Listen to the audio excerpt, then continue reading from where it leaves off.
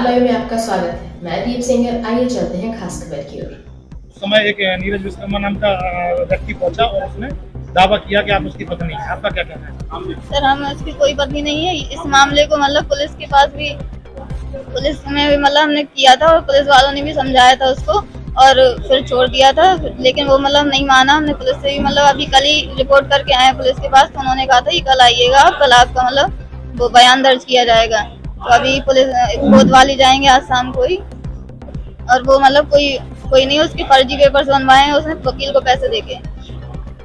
तो उसने कुछ फोटोग्राफ्स मीडिया के सामने दिए जिसमें यस सर, सिंदूर भर रहा आपकी मांग में। यस सर, जो कहना कि सखी के अनुमान में आप शादी की।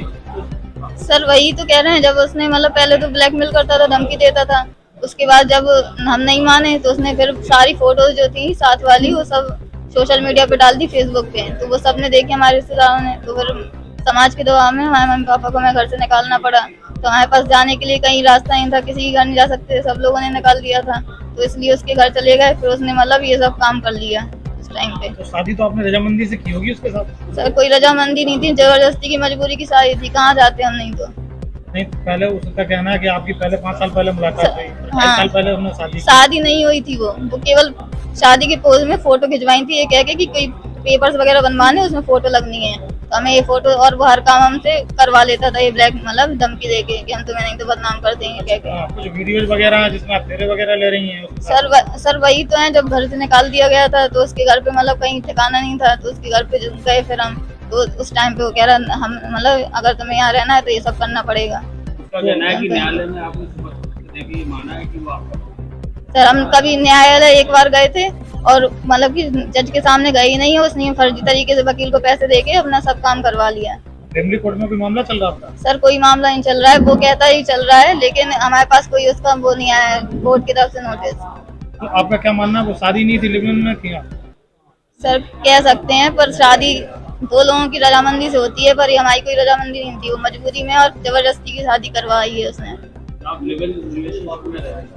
नहीं सर, सर हम अपनी मर्जी से नहीं रह रहे हैं। अच्छा, रह रहे थे। अब इतनी सारी वीडियो वायरल हुए तो मीडिया में गया, आपका पत्नी बोला और आप आज मतलब पूरे देश में वायरल हो, तो ऐसे में आप क्या कदम उठाएंगे उसके लिए?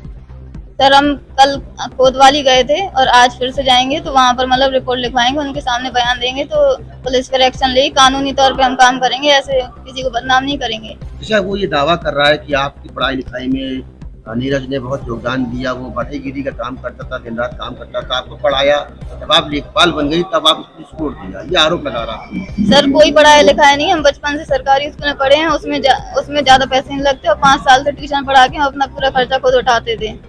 वो झूठ बोल रहा है? यस सर, पूरी तरीके से। वो धमकी यही तो देता था कि हम तुम्हें पूरी तरह से बर्बाद कर देंगे, पूरी तरह से तुम्हें बदनाम कर देंगे, कहीं की नहीं रहोगे तुम। वो ये कह रहा है कि जब आप लेखपाल नहीं बनी तब बात की, अब आप जब लेखपाल बन गई। ऐसा कभी नहीं है, बहुत पहले से ऐसे ही चल रहा है। स्टार्टिंग में बस जब स्टार्टिंग में कुछ टाइम पे मतलब सही चला, उसके बाद जब उसकी मतलब सच्चाई पता चली, दारू पीता है, मारपीट करता है, तो मतलब तभी से हम लोगों के बीच में मतलब अनबनी होने लगी थी। कितने समय तक आप तो अच्छे से रहे साथ में?